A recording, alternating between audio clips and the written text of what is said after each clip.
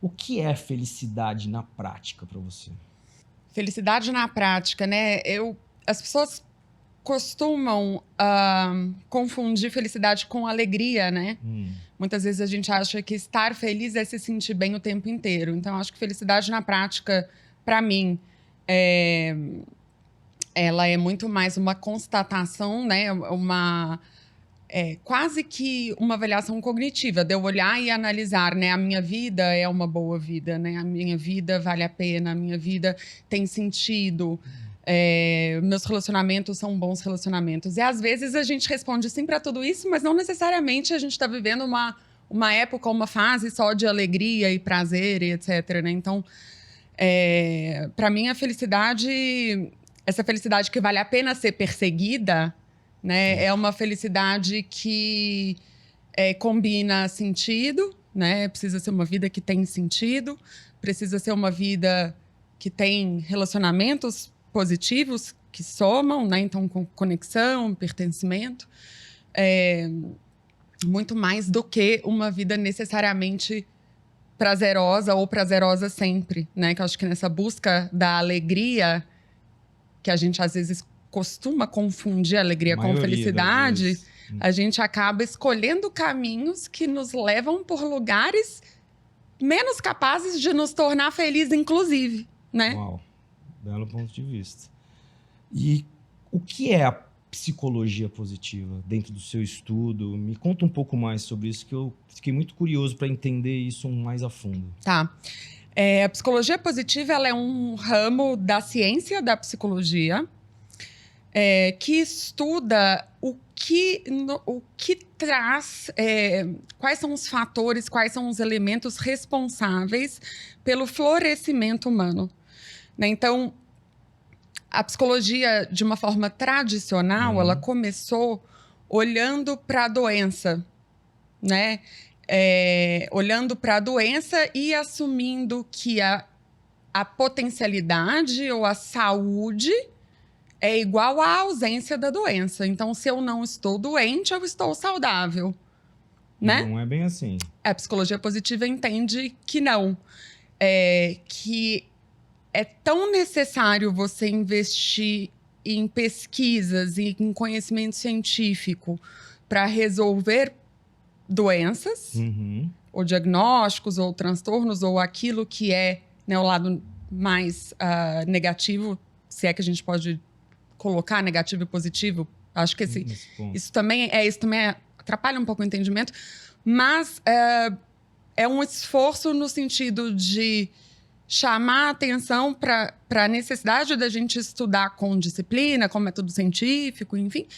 O lado positivo também, porque muitas vezes a gente não está doente, mas a gente está muito longe, né, de estar funcionando no nosso potencial.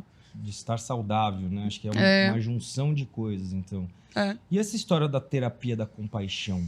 Quando eu estava fazendo o meu mestrado em psicologia positiva, e aí eu estudei com o fundador do campo, que é o Martin Seligman, foi a pessoa que batizou, né, por assim dizer, esse campo de psicologia positiva, até pegando um nome emprestado de uma literatura lá atrás, nem pode dizer que ele inventou, mas ele foi o fundador do campo. E quando eu estava ali na UPenn, a gente, claro, né, você precisa aprofundar em algo que faça sentido ali para você. E eu havia já feito um trabalho em autocompaixão, que foi um divisor de águas na minha vida pessoal. Assim, quando eu digo divisor de águas mesmo. E aí eu quis me aprofundar um pouco mais, né, na autocompaixão e na compaixão. Foi quando eu fiz essa especialização em terapia focada na compaixão. Ela basicamente entende a compaixão de um ponto de vista neurocientífico mesmo. Então, e nos ensina a cultivar a compaixão, seja com o outro, seja comigo, autocompaixão, né? Ou seja, no sentido de receber isso do outro, porque às vezes a gente também se fecha, né? Para que é quase que a nossa neurobiologia funcione da melhor forma, porque a gente não consegue ser o nosso melhor se a gente opera a partir, por exemplo, de um modo de defesa, de alarme, se você está se sentindo inseguro ou atacado, né? E a compaixão, ela é um antídoto, né? Ela faz um contraponto e nos mantém muito mais equilibrados. E é algo que a gente precisa cultivar mesmo. É a história de abrir um pouco mais o coração, receber as coisas da maneira certa, né? Mas não é muito fácil no mundo que a gente vive hoje estar sempre aberto a receber esse tipo de compaixão, né?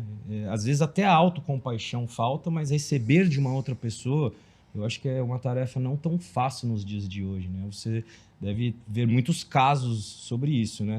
Acho que às vezes a gente confunde, né, compaixão com pena. Então, se uma pessoa estende a mão para mim, ou se ela me ajuda é porque eu sou pior, ou porque existe uma posição de superioridade e inferioridade. Eu acho que às vezes essa questão de status, né, atrapalha mesmo as pessoas a se sentirem abertas. Outras vezes, a própria história de vida, porque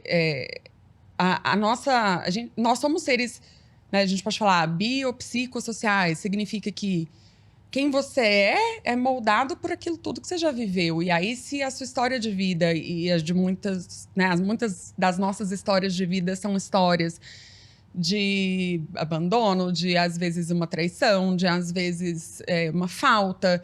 Então é difícil confiar, né? E para receber ou se conectar com as pessoas, a gente precisa confiar, né? Eu iria até mais a fundo. Como confiar na pessoa que está, se você está recebendo algo verdadeiro da outra pessoa, né? Porque eu hoje em dia estou cada vez mais blindado em acreditar em pessoas na qual eu não conheça muito bem. Então, como receber essa autocompaixão de uma pessoa que talvez você não consiga identificar se aquilo é verdadeiro? E talvez aquilo você receber aquilo de uma maneira não tão boa que não te faça bem. Agora, quais são os sintomas de uma pessoa que talvez não esteja bem, esteja com uma mente doente? Não sei se dá para chamar dessa forma.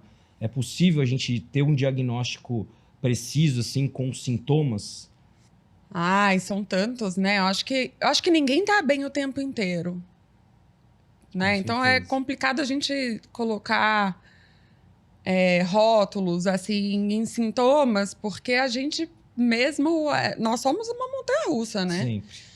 Tem dia que você se encaixa num CID X, no outro dia é o CID W, né? Mas a gente tá sempre ali, enfim. Acho que hoje a vida é uma vida que faz com que todos nós sejamos muito mais ansiosos, né? O ritmo da vida tá muito mais acelerado.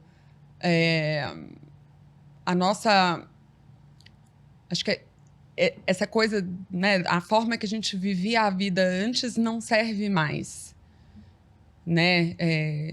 No sentido de que eu acho que a gente, quando não existia tanto, né, tanta tecnologia, tanta resposta rápida, tanto jeito das pessoas entrarem em contato com você, e aí eu tenho um livro que eu acho maravilhoso, e o pesquisador ele fala assim, que o segredo da produtividade não é você fazer mais em menos tempo. Experimenta responder seus e-mails em, sei lá, 5 minutos. O que vai acontecer? Vai chegar mais um monte. Vai ser infinito isso, né? Entende? Então, eu acho que cada vez mais a gente precisa ser muito protagonista, né? Da própria saúde emocional, da própria saúde mental, de saber colocar